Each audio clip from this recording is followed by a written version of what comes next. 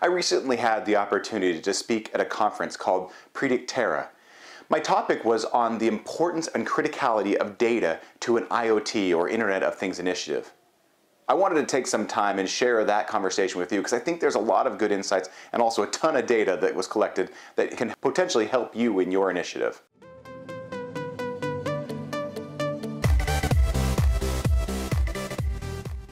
I started the whole conversation off utilizing kind of a scenario where people got up and got together into groups of 4. The first person was the joke teller, and the second person was the joke listener. The third person was, for lack of a better term, the IoT device that was listening into that exchange. The fourth person had to step away entirely because they weren't allowed to listen to the exchange. Instead, they were our future data or our future analysis that we were going to observe that joke telling experience from afar. The first person told the joke to the second person, and the third person listened carefully. After all that exchange was done, the fourth person came back to the group, and the third person told the fourth person all of the information about the joke. I then no longer allowed the first, second, or third person to be involved in the following exercise. I asked the fourth person, who was supposed to that data, in each of the groups, a little bit about the joke experience. Was the joke funny? Did person B laugh? Did person B want to hear the joke again? Was the joke about an animal?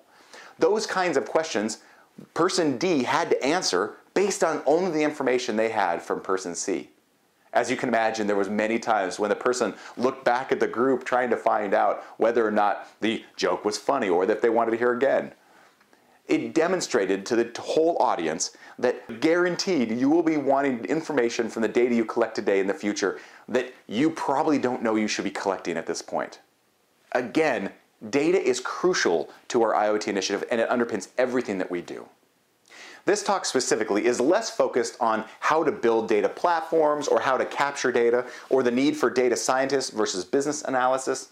This talk is more focused on a lot of interesting data points and interesting elements to different industries to help you, from a listener's perspective, understand where you can apply both your data initiatives, your data gathering initiatives, as well as maybe some future IoT initiatives that can help you kind of transform either your own company or your industry that you operate in.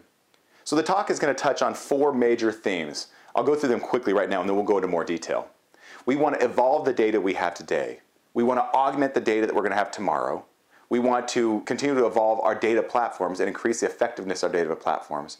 And we want to continue figuring out how to monetize the data that we collect. So jumping right into the talk. I only showed 4 major points throughout this entire conversation. Everything else was visual. And I did that so that people could hammer into their minds the 4 primary ideas that I wanted to convey in this conversation. Number 1, the data you have today, you need to evolve that data. You don't know how useful it is today or what it's going to be used for in the future, and you also don't know how you should be collecting it. You don't know what is important versus what isn't. That data needs to continue to evolve, and the only way you're going to do that successfully is if you start capturing and learning lessons from that data. Number 2, that data is important to the future data. The data you collect today actually validates and proves positive or negative the data you collect in the future. It'll be used to augment or underpin the data that you are going to collect in the future and help you figure out whether or not that future data is valuable, accurate, useful, etc. Thirdly, the data that you collect today needs a place to live. It needs a system for both access, acquisition, as well as visualization in the future. So you need to start collecting data today to start helping you figure out how to build the data platforms that you're going to deliver out to your customers. The data platforms that may be for ingestion, the data platforms that may be for storage, the data platforms that may be for out to your consumers or your business partners to help them utilize that data, or directly out to your customers or to potential buyers. Again, the platforms, though, are the pieces that we need to figure out in this third piece. And then finally, the data that you collect today is going to need to be monetized at some point. You may not sell the data itself. In fact, while we may be doing a lot of that today, that probably isn't going to be super valuable in the future. The data, though, needs a way to help your company monetize some initiative, activity, or some new offering that they bring to market. So the data you collect today should help you learn and start informing how you will monetize data today and continue to monetize it more going forward. Now, related to the platforms that we are going to continue to evolve, There was one area where I took a little bit deeper dive in my conversation. That was the area of security. When we think about data, we of course think about how to control and protect access, etc. Those are all good traits of any good data program. But the truth of the matter is, from an IoT perspective, it's a little more difficult. These devices are oftentimes remote. You may or may not be easily able to access and update them. The data on them can be gathered without any ability for you to know who's gathering that data in the event of a hack or some type of a compromise. And then, as if that's not good enough, oftentimes the data that we put out there is sensitive data. Sometimes, in the example of the dishwasher hack, the data doesn't really matter. I don't really care if people know when I ran my dishwasher, and it would be frustrating, but I really don't think I'd lose a ton of sleep if someone hacked my dishwasher and stopped that mid-cycle. Maybe if it happened every time, but you get the point. On the other hand, if I've got a very personal, intimate camera or some type of device, I don't want that data being easily accessible from everybody, as was the case with a recent toy. It was able to be hacked, it acted as a Wi-Fi access point, and anybody in the local region using a hard-coded username and password could access that data and could stream that information. Again, probably not something that we want as a consumer, and certainly not something that we want as an IoT manufacturer or deliverer. That is pretty much going to sink our reputation. And while that data is really important, the truth of the matter is securing an IoT device is even more important in certain types of life or death scenarios, such as autonomous driving, such as a medical device, such as some type of thing controlling maybe transportation, etc. These kinds of IoT data decisions and data protection decisions have to be thought through early, and we gotta continue evolving and maturing our data platforms. So again, touching on the 4 major points, we want to evolve the data that we have today, we want to augment the data that we have tomorrow, we want to build good data platforms, and we want to make sure that we know how to continue monetizing the data that we collect. So why do we care about this? And why does it really matter? Because IoT is exploding. They're expecting somewhere between, depending on who you hear from, 20 to 50 billion devices that will have within the ecosystem just of IoT, not the revenue that will be generated, but have a value of about $8 trillion by 2020. That's giant. And then of course, the entire value created by IoT will be even more massive. Knowing that, why wouldn't we invest in massive data programs today to start preparing for the future? Well, the number one complaint almost always is storage. Storage is too expensive, too hard, too costly, etc. But the truth of the matter is, it's 2017, and storage is cheap. On-prem, for a 4-year all-in price, including maintenance, you're looking at about $250 to $280 a terabyte for 4 years. Off-prem, like if you're looking at a public cloud solution, you're looking at ballpark $20 a month in Google. $960 for 4 years per terabyte. And again, none of that is negotiated pricing. If you have a significant presence, you can probably get that price down even lower. Granted, this is for object storage, but most of your newer solutions are going to be putting stuff into object storage anyway. From a software perspective, we are seeing major leaps and bounds in the open source space for both storage, provisioning, retention, aggregation, etc. of data. There's no reason why the actual platforms themselves should be a major cost deterrent. From a people perspective, so many people are concerned about the need for a data scientist. This is something we can argue over, but most companies get more value out of someone who really understands their business and has good access to data than a data scientist who does not understand their business but can come in and play with the numbers. There will always be insights you can gain, but don't think that you have to put a data scientist on staff to get those insights. And in the end, it will always be cheaper to collect and manage and own your own data than try to buy data in the future and shoehorn it into solving one of your problems. So what about this data? What are we concerned about? If you're only collecting a little bit of data today, you probably don't understand the gravity and the size of the data you might have to collect tomorrow. Again, a reason why you should start immediately. When we talk about autonomous driving, we're talking about ballpark 10 gigs per mile.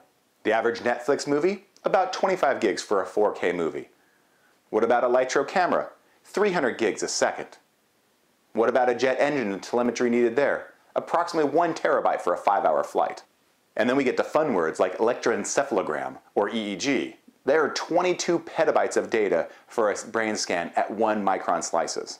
And you might have heard about the recent NASA effort to combine multiple telescopes together from around the world to create a virtual telescope. Yeah, that 5-hour day span was about 4 petabytes of data just for that one telescope image. Cool side of it is that we captured a black hole. So you may not think your IoT solution will have a lot of data impacts today, but there probably will be significant data needs once you start deploying it and get it out into production, especially at scale. So we've talked about data. We've talked about the importance of a good data program, both for the current data, future data, your data platforms, and monetizing that data. Now I want to jump into a couple examples tied to some real-world scenarios. I'm going to go deep in the trucking industry and trucking example because I want to start to really help us understand how we can apply these kinds of data mindsets to these business and industrial problems. But I'm also going to touch on some other scenarios specific to other industries and give us some stats that hopefully jog your mind and get you thinking about where you can apply data. Trucking. The trucking industry, shockingly, is a massive enabler of the US economy. Approximately 70% of all domestic freight transportation occurs in a truck. When we look at how big the IoT opportunity is within trucking, IoT just for trucking alone is expected to generate about $2 trillion within the US of opportunity. So this is not just the IoT device, this is what it would create from an industry perspective, but still $2 trillion in the next 10 years-ish. They're expecting that to be about $8 trillion for trucking globally. Trucking is also a massive employer. I had no idea, but trucking actually represents the #1 job in 29 of our 50 states, based on some recent census data. And it's astounding to think that the next closest occupation only is #1 in 5 states. There are over 3.5 million truckers in the United States alone. An additional 5.2 million people are employed by the trucking industry. Nearly 9 million people employed by 1.2 million trucking companies. Granted, a lot of them are small, but those companies log at about 450 billion miles in a year, just in the United States. And remember, that 9 million number does not include anything else, such as the hospitality, the small towns, the gas stations, other solutions that help facilitate and support that trucking industry. That is just trucking alone. Continuing on, there's a huge opportunity to save in the trucking industry.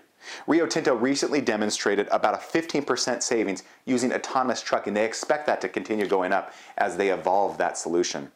Side skirts, gap reducers, tail fins, etc. They save an average of 3% of fuel each. So you add that all together, approximately 9% fuel savings with a fully equipped truck compared to legacy solutions. Truck platooning is where you actually tie trucks together and have them kind of operate in a swarm mode, for lack of a better term.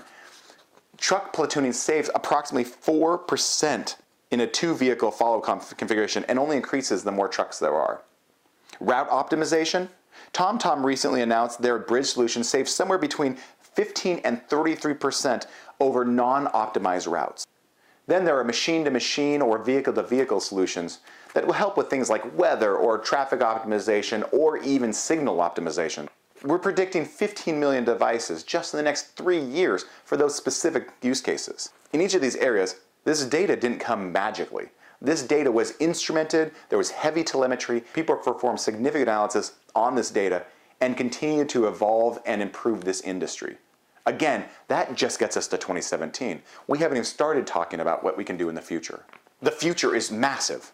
When we talk about the opportunities for trucking just from the IoT, we are talking about things around better fleet or cargo monitoring, both something that we can use by the manufacturer to improve the trucks, by the customer to improve their service, and even by the consumers or customers as a resaleable offering that we can offer from manufacturer or from the provider. We're also talking about proactive and reactive fleet or vehicle maintenance. Again, being able to predict when something's going to fail and having the part already ready at the next stop to keep that truck up and going and keeping the revenue flowing for that customer. We're also talking about network or fleet management services. We're talking about building increased customer loyalty. We're talking about extending the lifespan of your existing fleet through better maintenance and through better management. And then we're also talking about devices in the truck or around the truck that can take action on their own, such as improving vehicle safety by keeping the driver awake or sensing when something is happening with the driver, by increasing safety around the vehicle and helping with auto stopping or braking or auto lane departure, which we see more and more in consumer cars, or even doing things like managing the vehicle itself and predicting when optimum times of travel because of, again, traffic or weather, etc. This is continuing to help the driver of that vehicle, the company that owns that fleet, and then also the sales of those vehicles continue to help drive greater monetization. And then of course, we haven't even touched on autonomous driving, which we all know will be a significant game changer as we move forward in the next 10 to 20 years. So let's take our trucking industry example and tie it back to the 4 main points that we had around data. Number 1, evolving the data. We don't even have enough data today to make good current decisions, let alone future decisions. We need to continue gathering more and more data around the truck itself, around vehicle dynamics, around driver tendencies, around accident data, etc., and continue evolving that data for today's decisions. It'll take a significant understanding of the data that we have today and where we think we're going to be able to build the right platforms, which we'll touch on in a second, that will take us into the future. And that brings us to tomorrow's data. We don't know what tomorrow holds, especially when it ties to trucking, but the reality is that we do know that it's going to be an evolution from where we are today. And so having the data to build decisions that will help us into 2018, 2019, 2020 is crucial to be able to support the initiatives that we have in 2030. And then we touch on data platforms. There is no one that will argue that we've figured out the data platforms, especially with moving vehicles where you have either low cell coverage or very expensive satellite coverage, etc. We've got to figure out how to build good mechanisms by which to capture the data, more sensors, more information, more, again, standardization around the technology there, as well as how to transmit that data, how to capture and store that data in an effective way, and then, of course, how to continue visualizing and conveying that data to business decision makers. And then finally, for the future, we're on monetizing our data. We are just starting to crack the surface around monetizing service type capabilities or monetizing maintenance warranties, etc. There's so much opportunity to drive more service around white labeling solutions for maybe freshness of goods or offering new solutions that allow better time tracking of where objects are without having to rely on some type of in-store, in-campus, or in-sorting depot type solution. And then, of course, moving into the future, we will continue monetizing more and more as we start offering better, maybe safety services or better control or guarantees around quality of goods that have been transported. And then, of course, moving into the future, the more information we have around the way the truck operates and the way the people operate and the dynamics of that, the more we'll be able to effectively support and truthfully say that we've got a safe autonomous driving program. Now, we just ran through the trucking example and very clearly saw where data is going to help currently and also as we go into the future, and how we are going to continue to evolve those data platforms to support our IoT initiatives. Now, I'm going to go into a couple other industries and look at the statistics and data around those industries that help to formulate where you can derive an IoT plan and where you need to start today with the data that's crucial to making that plan successful. Again, I'm not going to go deep, but my hope is that you'll be able to see where, maybe if this is a relevant industry to you, that you can see where you can use data today to help start to plan and inform your IoT initiative tomorrow. Let's start with retail. Retail accounts just in the US alone for about $5 trillion per year. Per year. When we look at inventory control, people estimate that inventory control is somewhere around 60% accurate. IoT can improve this, both asset management and asset tracking. And of course, there's a high cost of that today, but going forward, as we continue to drive down the cost of IoT, that cost will continue to go down and may even become so commonplace that it will be effective enough to manage assets of a cheap value. Now, when we talk about retail, we should also talk about the things being sold. Wearables, for example, offer a significant opportunity to drive up consumer value and drive up revenue.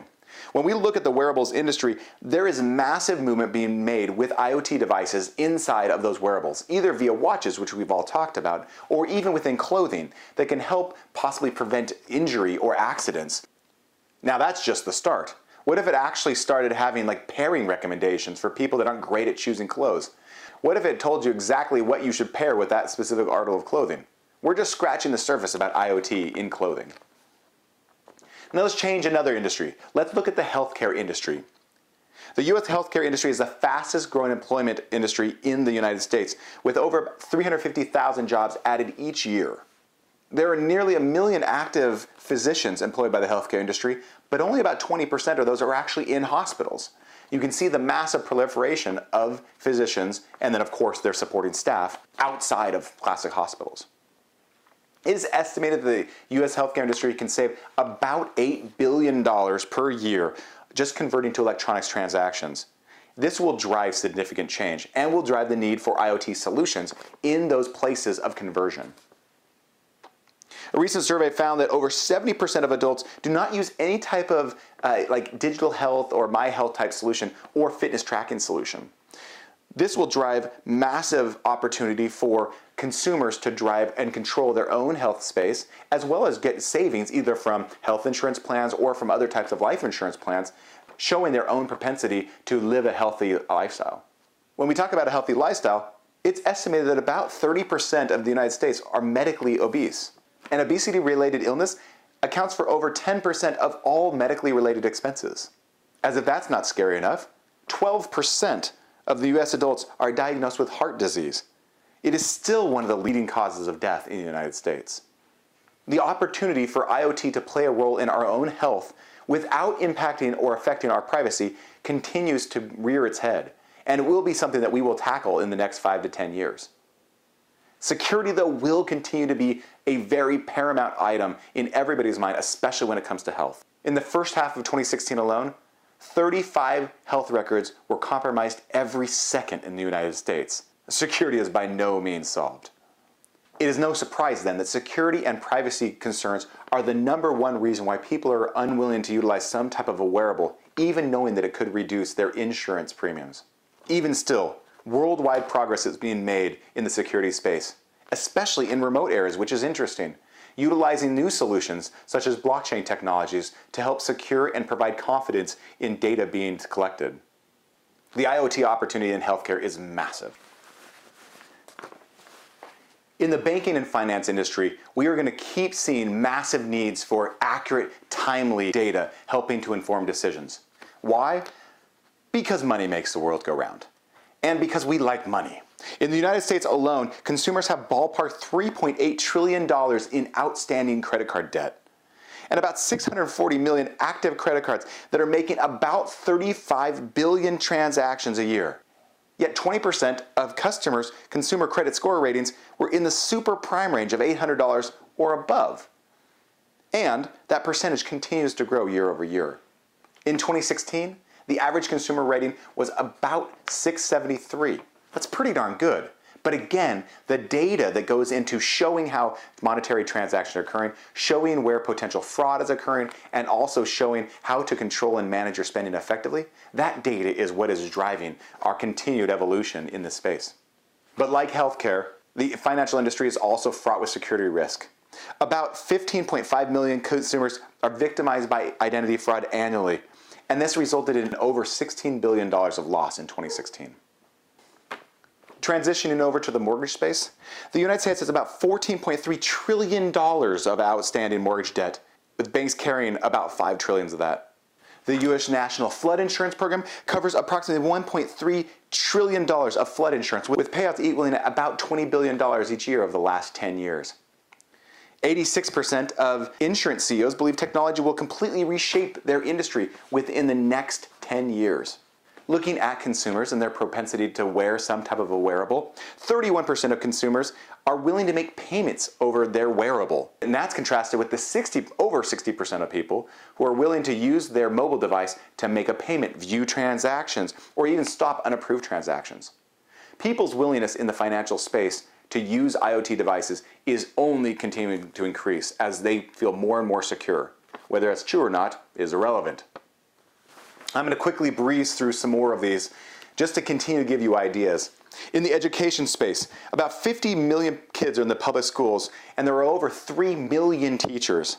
We pay an average of $12,000 per student per year for a total of $585 billion. 25.5 million students are attending some type of a college or university, and the average public and private tuition is ballpark about $23,000 a year, for a total of $470 billion last year. Students take up about 160 years preparing for and taking tests, 160 hours a year. And about $1.7 billion is spent just on testing and assessments per year in the US. Interestingly, not really, but researchers have found an inverse trend between GPA and heavy internet or game usage. Even texting studies have found an inverse correlation with texting and test success. There's even a company called Superb Paper that will write an essay for you for about $10 to $30, depending on whether it's an elementary or a research paper. Jumping into the manufacturing space, large-scale automated manufacturing surpassed the US labor costs in early 2000. We all know that drove a major shift in the industry. But the initial investment was still very, very large, which made it not worth it for a lot of companies onshore to drive these types of changes. In the last 10 years, though, massive changes have been made with smaller solutions, and they become dramatically more affordable.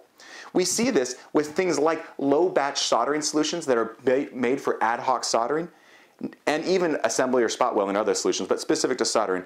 They can be had for about 10 grand for a robotic soldering solution or a robotic spot welding solution. 3D printing is also continuing to evolve in the manufacturing space, and you can now lease large-scale 3D printers that are going to enable people to adopt and create depots where you can make nearly any part out of a 3D printer just by walking up, downloading the part you need, and walking out. This will shift manufacturing as we know it and provide more real-time point-of-sale manufacturing solutions. We also are seeing an interesting phenomenon with drones steadily invading this manufacturing space, with both general and precision work being carried out. Drones are able to do specific things over and over or solve ad hoc problems for us on the manufacturing line. These shifts in manufacturing are significant, but they're being enabled by IoT solutions and the data around them.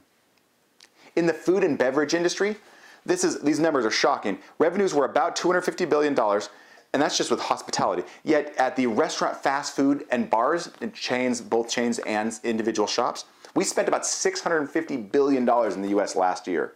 Think about the opportunity for a nice consumer interaction with an IoT device in those locations. Grocery store revenues, ballpark $700 billion. Airbnb, interesting data set, has ballpark 60 million users with about 2.5 million listings worldwide. A recent survey found that about 50% of users would be actually vacationing in someone's home over the next calendar year. Let's continue on with media and entertainment. Vegas, the Strip alone generated $4.6 billion in revenue in 2016. Worldwide video game sales have topped over 800 million units in total. And in the US alone, video game sales in 2016 was $30 billion. The box office was $11 billion. This is actually not surprising, but the number is. Mobile users on average touch their phone 2,700 times a day. Social, quick numbers. Facebook has 1.9 billion users with 1.2 billion interacting daily. LinkedIn, 470 million users. Reddit, 250 million users. Instagram, 400 million daily active users. Snapchat, 160 million daily active users. Twitter, 320 million monthly users. 20 billion texts are sent a day versus Facebook Messenger and WhatsApp, which send about 60 billion messages a day combined. There are 1 billion YouTube users who watch 1 billion hours of video a day, contrasted with 1.3 billion hours a day of television watching. American households watch an average of 20 channels pretty regularly. The majority of people still watch their favorite news show on live television, with 40% of those people being influenced by commercials and 30% influenced by other people around them who also watch television. 9 out of 10 people over the age of 14 are multitasking, either with an iPad or a phone, while watching live television. These stats are astounding, but the whole reason I went through them was to get your mind going around what you could do in the future with IoT. And the whole reason I made this video was to remind you that your IoT success will be based on the success of your data. Augment the data you have today. Prepare and augment and validate the data you have tomorrow. Build solid platforms to ingest, store, and convey the data you collect, and then learn how to monetize data. Good luck.